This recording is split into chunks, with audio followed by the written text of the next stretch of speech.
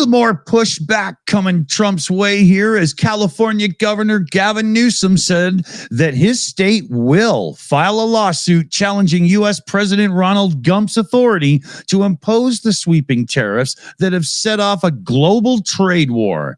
The suit will argue that Trump's use of the International Emergency Economic Powers Act to impose tariffs on Mexico, Canada, China, or the 10% tariff on all imports is completely unlawful. The act enables the president to freeze and block transactions in response to foreign threats. This is how poorly it's all such a farce. It's all based on lies.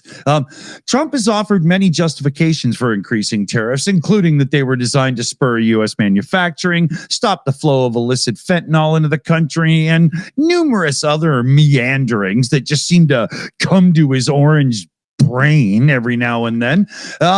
California is the first state to take any legal action over these tariffs, though, and they've been previously legally challenged in suits filed by law firms, though, representing business owners and civil liberty organizations. Newsom here says President Trump's unlawful tariffs are wreaking chaos on Californian families, businesses, and our economy, driving up prices and threatening jobs. We're standing up for American families who can't afford to let this chaos continue.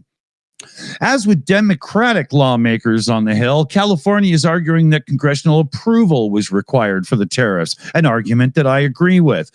Senate Democrats were joined by 4 Republicans in symbolic vote of rebuking Trump over the tariffs earlier this month, but Trump loyalists lead the House, so, a similar vote there is pretty much unlikely. The state will ask the court to immediately block the tariffs in the lawsuit being filed in the U.S. District Court for Northern District, California. One last little bit here. California does boast an economy in terms of gross domestic product, only slightly smaller than a handful of damn countries. It borders Mexico and enjoys serious trade relationship with us up here in Canada. About $53 billion worth of two-way trade. And there's a good 2,000 owned Canadian companies operating in the state of California with 90,000 employees.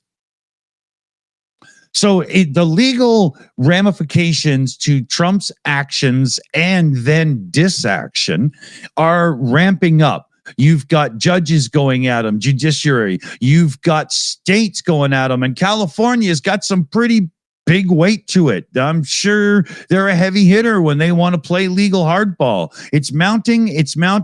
The people are out with Bernie and AOC. I can't remember her proper name. I hate saying that. And Alexandria Ocasio-Cortez. Well done. You got one right today. And well, Swedish. Yeah. And so it's working. It's going to take a lot more, but keep the pressure up and keep the fight up. Yeah, he should be surrounded by little old ladies with handbags just hitting him. Exactly. Oh, wouldn't that be okay? Yeah, we need a 5-second clip of that. You know what I mean? Very much so. That'd be awesome. Let me see to where you are. Okay, yes. So what's the deal with this picture? Yes. Wow. Take you to Los Angeles and in a $1 million event with thousands of spectators and live betting. But instead of races or race horses or boxers, the competitors are 2 sperm samples on a microscopic racetrack. Oh, my God. Welcome to the first ever public sperm race taking place next week at the Hollywood Palladium. Did they name one David Schwimmer? Mr. Wrigley. There's the startup package. Mr. Tasty. Anyway, the starter package behind the event, Sperm Racing has Formula One Sperm Racing has designed a track that mimics the human reproductive system, including chemical cues, fluid dynamics, and synchronized starts. Chicanes, hairpins.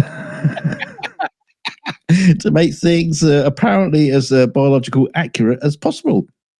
Now, each race features 2 sperm samples racing an entire length of 200 millimeters. That's about 2/3 of. Come on, that's about 2/3 of a ruler. As if people, you have to explain to people how long 200 millimeters are. Wow. Do you have to take a non-IQ test to read this news source? What's that? We give you a measurement, but just in case you don't understand the measurement, we'll give you an idea what the measurement would look like if you could, what the measurement was. Jesus God, it's about the length of a banana. All right. And it's all going to be done under a high resolution microscope. I should hope so, because it'd be hard to get the crowd around that. Yeah. Otherwise, it'd be hard to prove the results. The first swimmer across the microscopic finish takes the win. As well, that's how it should be. Sperm, you get an egg. I can't afford eggs.